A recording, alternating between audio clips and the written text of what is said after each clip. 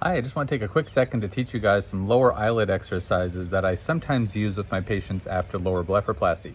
So if you are one of my patients and I tell you to watch this video, this is what I want you to do.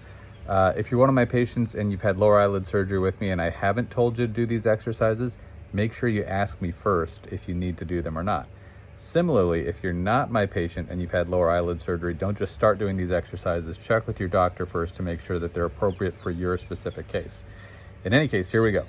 The lower eyelid is an amazing structure. It's kind of a floppy membrane that somehow sits upright against your eyeball.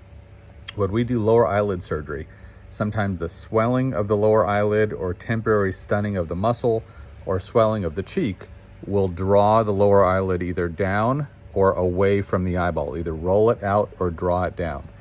In those cases, or if we want to prevent that sometimes, we'll have you do what I call stretching and squinting exercises. So this is what they look like.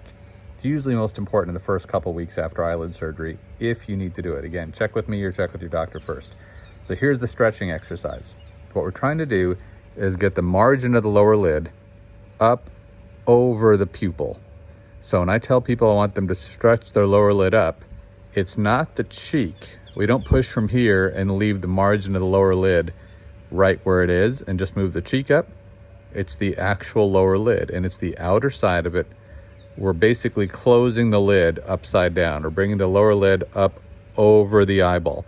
And if your lower lid is greasy from ointment after laser resurfacing, make sure you don't slip and poke yourself in the eye. That's important.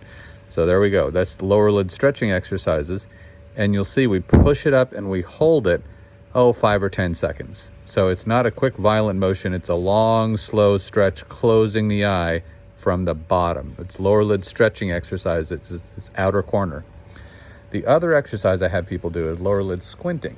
Okay, so what we're doing with that is we're closing the eye upside down. We're trying to bring the lower lid up over the eyeball through muscular action.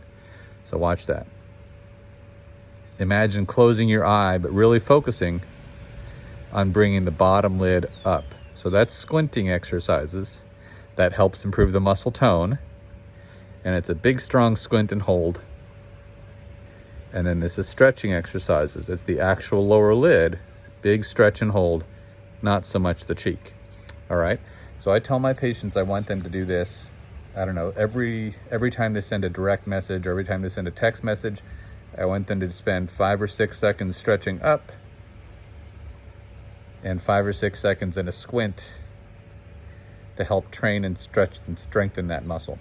So I hope that was helpful for you guys. So that means they'll do it a lot. Every time you send a text message or direct message, you should be doing this a couple times an hour at least, if I tell you to. So I hope that was helpful as a demonstration, and happy healing.